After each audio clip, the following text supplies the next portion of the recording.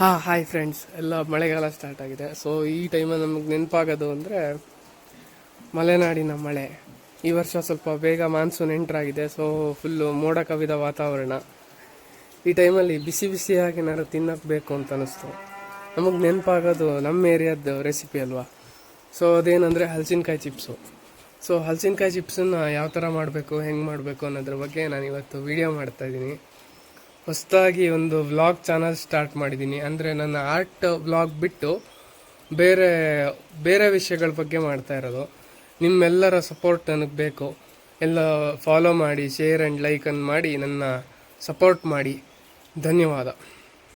First ಕಾಯಿನ ಕತ್ತಿಲಿ try ಮಾಡಿದ್ವಿ, ಯಾಕೋ ಫೇಲಿಯರ್ ಆಯಿತು. ಹಾಗಾಗಿ ಈ ಸಲ ಕೊಡ್ಲಿಲಿ ಟ್ರೈ ಮಾಡೋಣ ಅಂತ. ಇವಾಗ ಇಲ್ಲಿ ನಮ್ಮಮ್ಮ ನಿಂತ್ಕೊಂಡು ಗೈಡೆನ್ಸ್ ಕೊಡ್ತಾ ಇದ್ದಾರೆ ನಂಗೆ, ಹಂಗೆ ಮಾಡು ಹಿಂಗೆ ಮಾಡು ಅಂತ. ಸೊ ನಾನು ಮಣ್ಣೆಲ್ಲ ಹತ್ಕೊಂಡು ಆಮೇಲೆ ಬಂದೆ. ಕತ್ತಿ ಬೇಕಿತ್ತು, ಕತ್ತಿ ಸಿಗಲಿಲ್ಲ, ಅದಕ್ಕೆ ಕೊಡ್ಲಿ ತಂದಿದ್ದಷ್ಟೇ.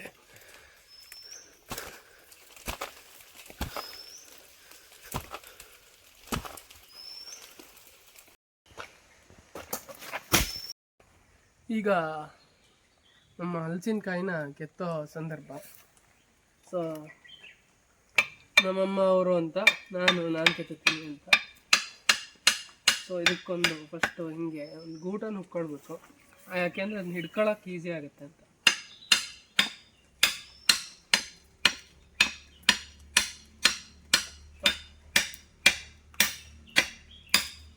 ಸ್ಟಾಪ್ ಮಾಡಿದ್ಯಾ?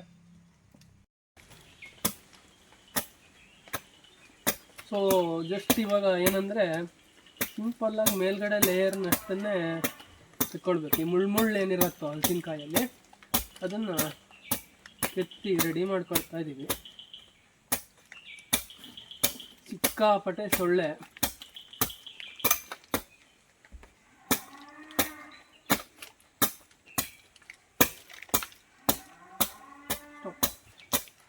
ಬೆಳಗ್ಗೆ ನಾನು ತೋರಿಸಿದ್ನಲ್ಲ, ಹಲಸಿನಕಾಯಿನ ತಗೊಂಬಂದು ಕೆತ್ತಿ ಕ್ಲೀನ್ ಮಾಡಿದೆ ಹೆಂಗೆ ಅಂತ.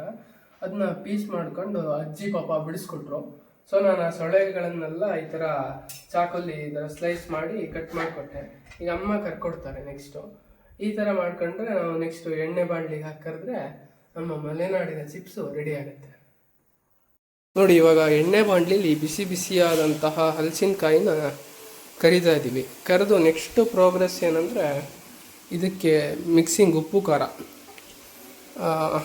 ಚಿಪ್ಸಿಗೆ ಏನು ಬೇಕೋ ಉಪ್ಪು ಖಾರ ಮಸಾಲದ ಪುಡಿ ಇದನ್ನೆಲ್ಲ ಮಿಕ್ಸ್ ಮಾಡಿಕೊಂಡು ಸೊ ಹಾಕಿ ಒಂದು ರೌಂಡ್ ಮಿಕ್ಸ್ ಮಾಡಿಬಿಟ್ರೆ ಬಿಸಿ ಬಿಸಿಯಾದ ಚಿಪ್ಸು ಮಳೆಗಾಲದಲ್ಲಿ ಸವಿಯೋಕ್ಕೆ ರೆಡಿ ಆಗುತ್ತೆ. ಇದು ಚಿಪ್ಸ್ ಮಾಡೋ ಅಂತಹ ವಿಧಾನ.